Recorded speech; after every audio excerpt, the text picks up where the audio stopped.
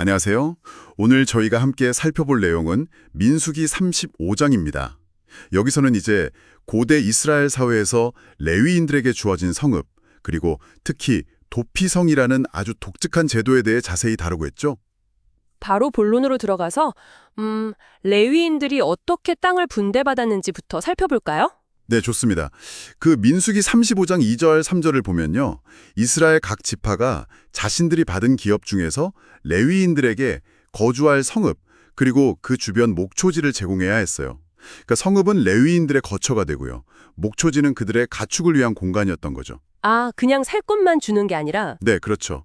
이건 레위인들이 어떤 생계를 유지하면서 종교적인 직무에 전념할 수 있도록 뭐랄까 공동체가 지원하는 시스템이었다 이렇게 볼 수 있습니다. 아, 그렇군요.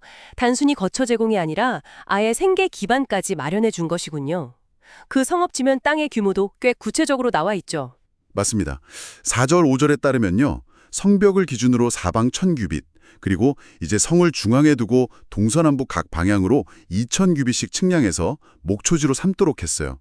이게 상당히 레위인들의 안정적인 정착을 위한 세심한 배려를 보여주는 부분이죠. 네, 정말 그러네요. 총 48개의 성읍이 레위인에게 주어졌는데 이 중에서 특별한 기능을 가진 성읍이 있었잖아요. 바로 6절에 언급된 도피성 6곳입니다. 이 도피성이란 건 대체 뭐였을까요? 네, 그 목적이 11절, 12절에 잘 설명되어 있습니다. 핵심은 이거예요. 의도치 않게, 그러니까 부지 중에 사람을 죽인 사람 있잖아요. 그 사람이 복수자의 위협으로부터 피신해서 공정한 재판을 받을 때까지 생명을 보호받는 곳이었습니다. 아, 그러니까 감정에 치우친 즉각적인 보복 대신에요. 그렇죠. 공동체 앞에서 정식 판결을 받도록 한 일종의 안전장치였던 거죠. 이 6개의 도피성은 지리적으로도 좀 고려가 된 것 같아요. 14절을 보니까 요단강 동쪽과 서쪽에 각각 3곳씩 지정을 했는데 어느 지역에서든 좀 접근하기 쉽게 배치한 걸로 보이네요. 맞습니다. 지리적인 접근성이 중요했겠죠. 그리고 더 주목할 점은 15절인데요. 이 도피성이 이스라엘 자손뿐만 아니라 그들 중에 거주하는 타국인이나 잠시 머무는 외국인에게도 열려 있었다는 점을 명확히 하고 있어요. 아, 정말요? 네. 생명 보호와 공정한 재판의 기회는 신분이나 배경의 차별 없이 주어져야 한다. 이런 원칙을 보여주는 아주 중요한 부분입니다. 그렇군요.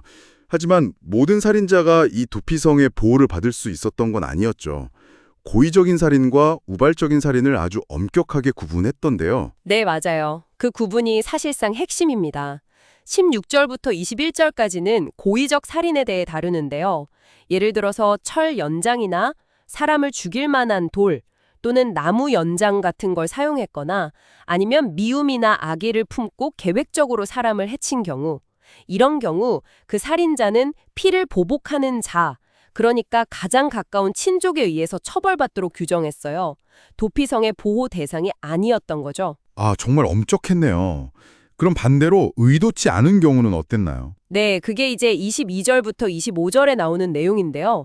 악의 없이 우발적으로 일어난 사고, 예를 들면 실수로 밀쳤는데 사람이 죽거나 의도치 않게 던진 물건에 맞아 사람이 죽은 경우 같은 거죠.